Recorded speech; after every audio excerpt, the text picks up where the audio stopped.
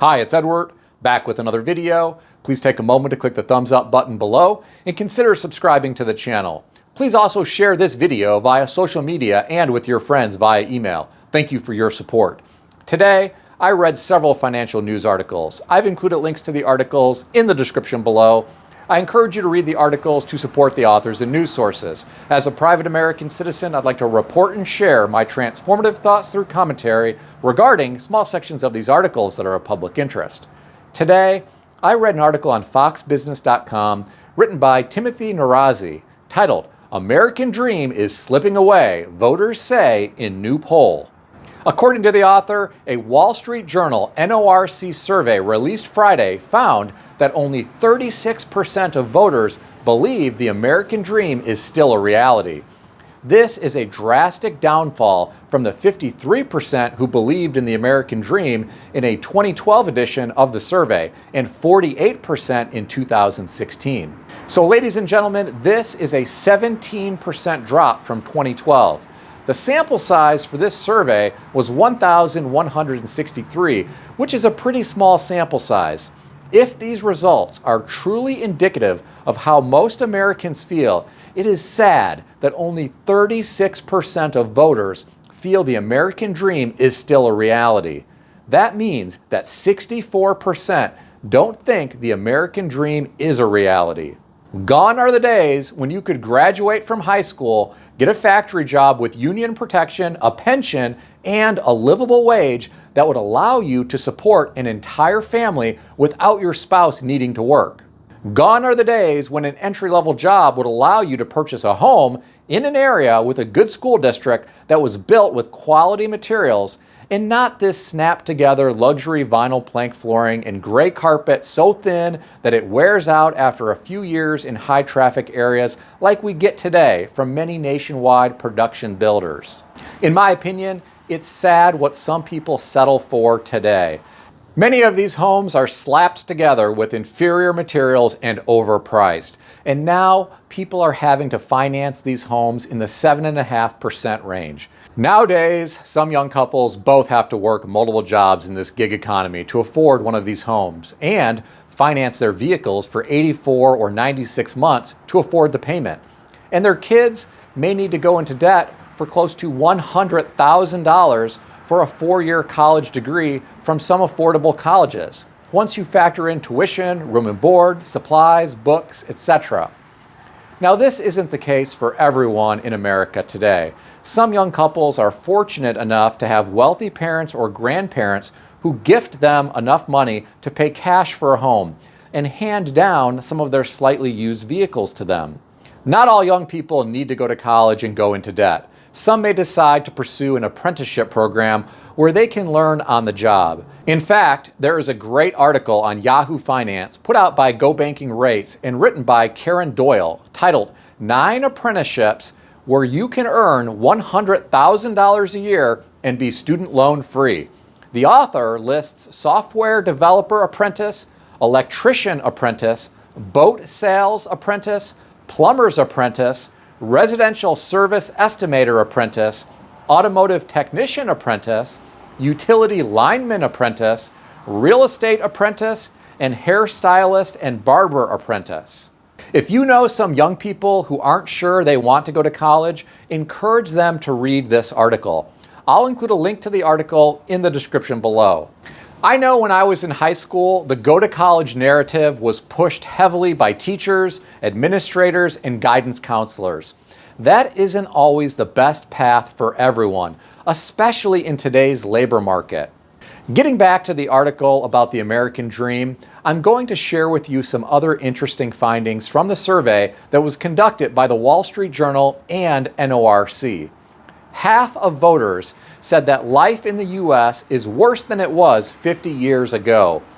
In response to the assertion that economic and political systems in the country are stacked against people like me, 50% of voters agreed.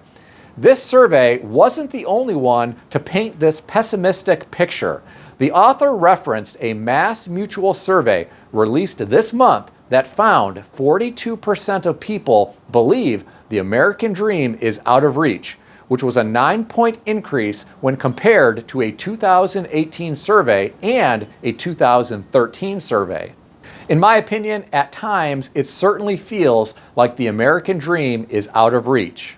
The billionaire elite and powerful corporations often influence legislation that ultimately impacts everyday Americans. Through lobbyists and political contributions, they can influence what happens with new laws. At times, those new laws are not always in the best interest of some everyday Americans. Some may benefit large corporations and make life more complicated and more difficult for everyday people.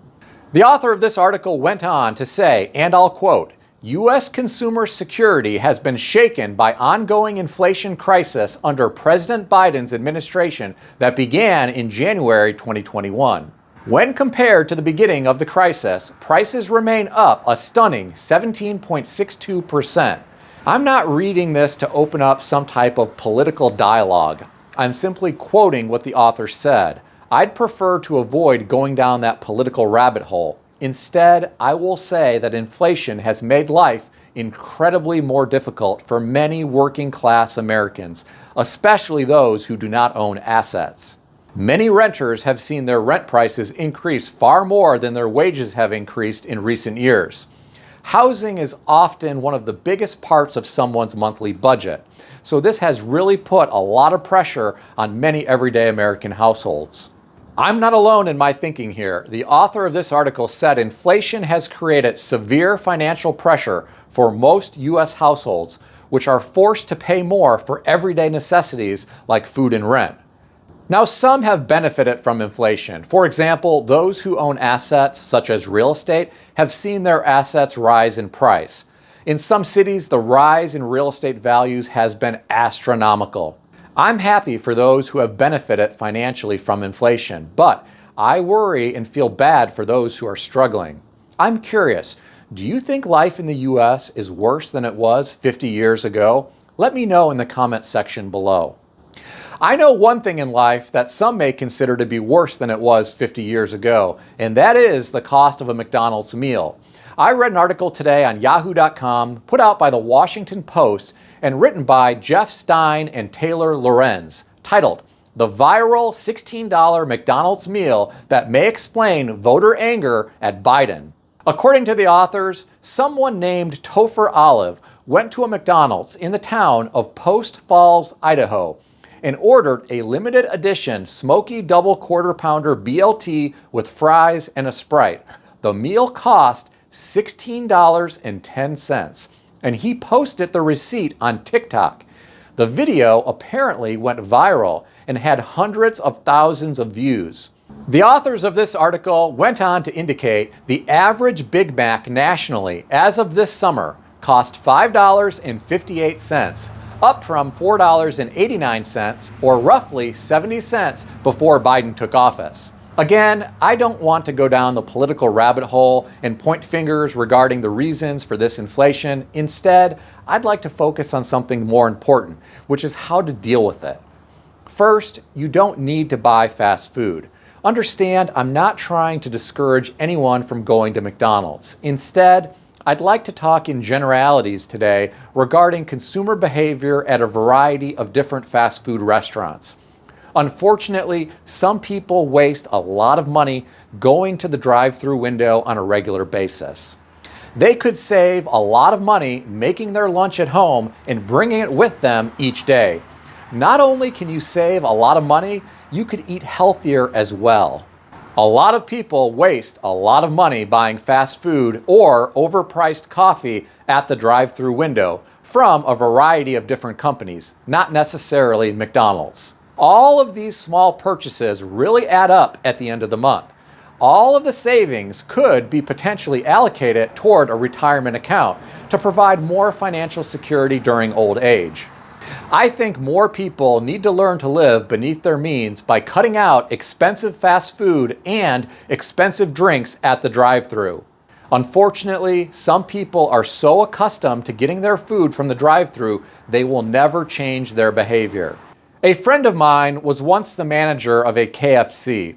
He was working the drive-thru one day, and a man ordered a 99-cent KFC snacker chicken sandwich and multiple cups of water and multiple hot sauce packets. The KFC snacker was popular in the early 2000s, but it was discontinued around 2013 to 2014. For those of you who don't remember the KFC snacker, it was about the size of a White Castle burger. When the man came to the drive-thru window, he had a bunch of kids in the back seat. He gave each kid in the back seat a packet of hot sauce, a cup of water, and then he drove off. I'm assuming he gave each kid in the back seat a piece of that snacker, but my friend said he drove off before he could see him do that. He said it was the saddest thing to see each of those kids in the back seat with their cups of water and packets of hot sauce. Someone like this would be better served avoiding the drive-thru for a week and saving up the money and then looking for inexpensive food at the grocery store. He could buy a big bag of rice and beans and some frozen vegetables and frozen fruit. He could provide his kids with more food, and it would be healthier than a packet of hot sauce and a tiny piece of a KFC snacker. These kids are being programmed to get their food at the drive-thru window. This man could be taking his kids to the grocery store and teaching them how to stretch a dollar and buy healthy food that is inexpensive. He could be teaching his children how to survive financially during lean times by being strategic at the grocery store. Instead, these kids are learning how to split up a tiny portion of food at the drive-thru. If you are old like me, think about how many restaurants there were when you were younger compared to how many there are today. It's crazy that so many people are spending their hard-earned money at these restaurant establishments when they are potentially sacrificing their future financial security by doing so. Some people today don't even want to mess with going to the drive-thru. They will just order their food and have it delivered to their apartment by some type of app-based food delivery service, which of course costs even more. I'm not trying to discourage anyone from buying food at the drive-thru in moderation or dining out in moderation. I'm just saying that some individuals can't afford it, and they should consider alternatives that may better serve them and their family. It's not much different than men who will purchase expensive gym shoes for hundreds of dollars on credit to have a certain image when they can't afford it. Or women who will go into debt to purchase a designer purse when they can't afford it. Or people who will lease an expensive luxury vehicle to impress their coworkers, friends, or family members. I'm curious, do you know people like this? If so, tell me about it in the comment section below. If you have ever worked fast food, tell me about some of the crazy things that you have experienced. Please keep in mind, nothing in this video is financial advice or advice of any kind. If you need advice, seek advice from a qualified professional in good standing who puts your interests first and foremost. If you enjoyed this video, consider subscribing to the channel. Please also consider sharing this video via social media or via email with your friends. I want to extend a special thanks to everyone who has subscribed to this channel. I want to also thank all of my channel members. Check out some of the great books that I suggest you consider reading in the description below. I've included Amazon affiliate links to these books. As an Amazon associate, I earn from qualifying purchases. Stay healthy and wealthy. I'll see everyone in the next video.